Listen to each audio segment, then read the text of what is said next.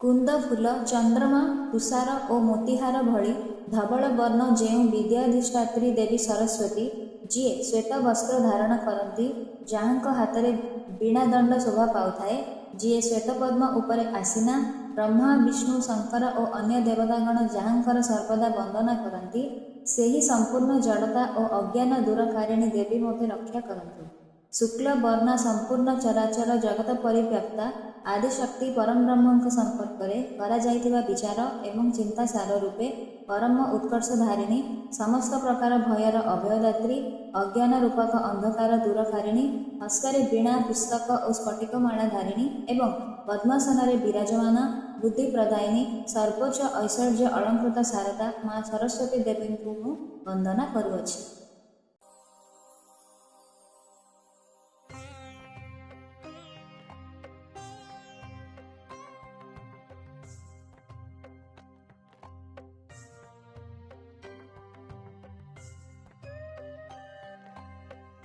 या कुन्देन्दुतुषारहारधवला,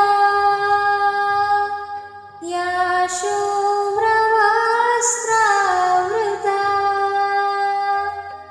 या वीणावरदण्डमण्डितकरा, या श्वेतपद्मासना,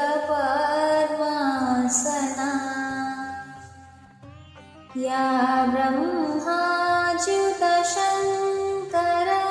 प्रभुदिवी देवैषदा वन्दिता, सा मां पातु सरस्वती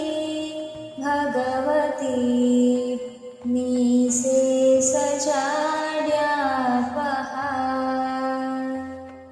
शुक्लं ब्रह्मविचारसारपरमा,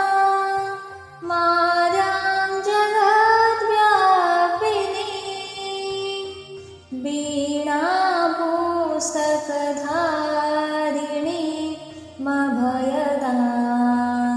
जाड्या